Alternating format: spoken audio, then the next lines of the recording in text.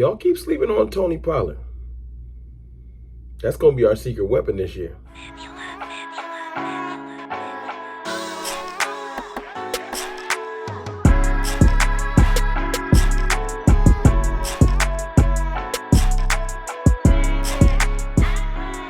What's good, people? It's your boy, Mr. Rome, Cowboys fan talk. Right back like I never left. What's going on with y'all, man? Today's topic, we talking Tony Pollard. Yes, sir. Before I get off into that, though, thank y'all. Yesterday, I hit my goal of 5,000 before training camp. And listen, these goals, I literally have been making them up on the fly. Because every time I set a goal mentally or like without saying it on a video, I blow past it because of y'all support, man. So thank you, thank you, thank you. I don't even know what to say next, man. I'm not going to say something crazy like 6,000 before the season because I don't think that's going to happen. But let's just run it up, man. Y'all keep showing support. I'm going to keep pushing out content. That's the deal. But look, Tony Pollard, man. Yes, sir. Tony Pollard might be the most slept on Dallas Cowboy in 2021. It's not Michael Gallup. It's not LVE. It's not Jordan Lewis, like I said the other day. And Jordan Lewis dropped a little training video I probably want to touch on later this week. But we'll get to that when we get to that. It's Tony Pollard, man. It's like we forgot that he exists. Now, I know this is the resurgence year for Zeke. And Zeke is training and grinding and basically showing us that next year he going to put his best foot forward. He trying to get his burst back a little bit better. It's not that Zeke fell off completely. It's just that our standards for Zeke are high. And he know that. And he's heard the chirping. But see, Tony Pollard is somebody that we just act like don't exist. But should we be doing that? Because Tony Pollard is the game-changing back on our team. As far as Zeke is our workhorse, and Zeke has game-changing plays in him. Not a question. Tony Pollard is like the lightning to Zeke's thunder. He's a whole different type of beast. He's a scat back, for lack of better terms. He is, when given the chances, he has seized the opportunity. You know, when he gets his touches, he has seized it. Now, I don't think that Tony could be a workhorse back before somebody jump in the comments and say, we should just let Tony run it. I don't think that's his role. You know, maybe at his next stop if we don't re-sign him. But right now, as a Cowboy, I feel like he's the great change of pace. He's a back that can come in and we won't lose a step. You know what I'm saying? He's going to provide another element to the team. And the biggest thing outside of just his big hit ability, I think that Tony's going to provide is, I think he's going to work in the slot this year. Now, they did it in OTAs a little bit. And I think in the mandatory minicamp, they ran him in the slot a little bit. And that was a little story that might have got glossed over. I know I touched on it, but I think that you find a way to get your best players on the field. I think on offense, Tony Pollard is going to be that player that we're going to just find ways to get him on the field. Kind of like how we used to use Tavon Austin. You know, if it got to be receiving, it's going to be receiving. If it's got to be rushes, it's going to be rushes. But you don't want to necessarily always take Zeke off to bring Tony on. It kind of tips your hand. You want to run them downs with both of them on the field. And if you want to bring Tony on and emotion him out to the slot, I think that's going to be crazy.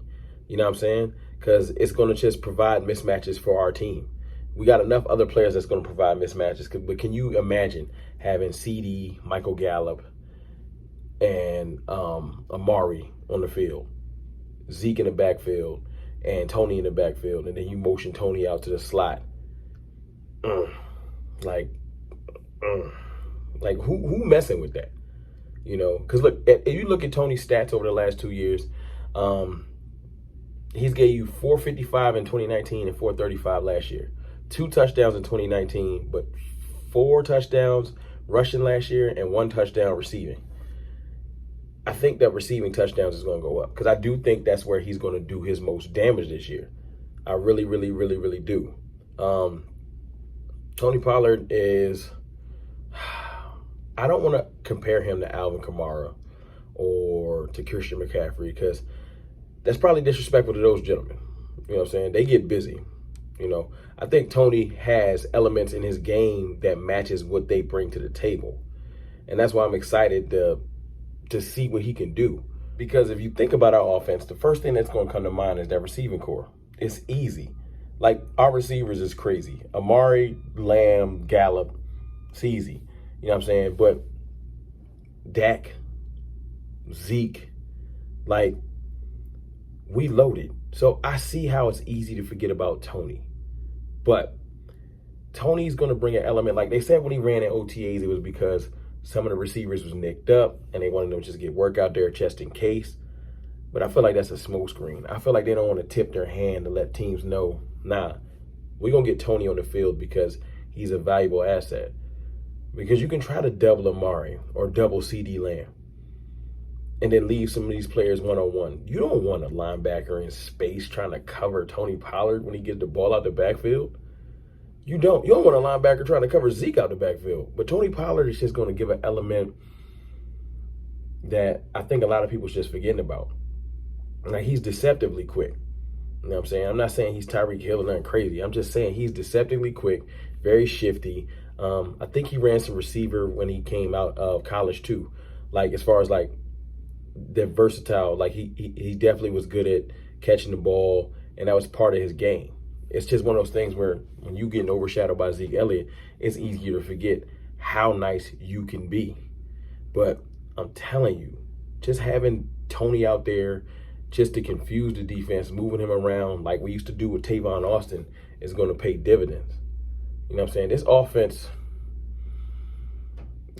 is going to be more versatile than it has been in the past. And the reason, first of all, the main reason is because the O-line is going to be back healthy.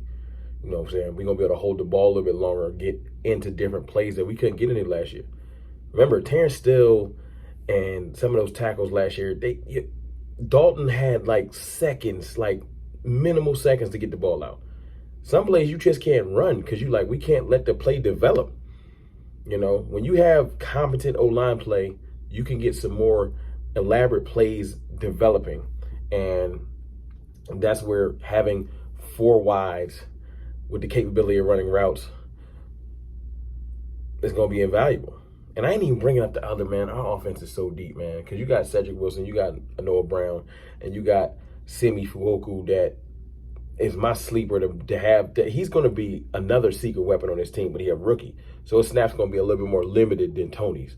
But I'm telling y'all, man, Tony Pollard is 100% being slept on, and he is going to be the secret weapon that people forget about. Because y'all remember that Rams game when he got decent touches? Y'all remember that Niners play?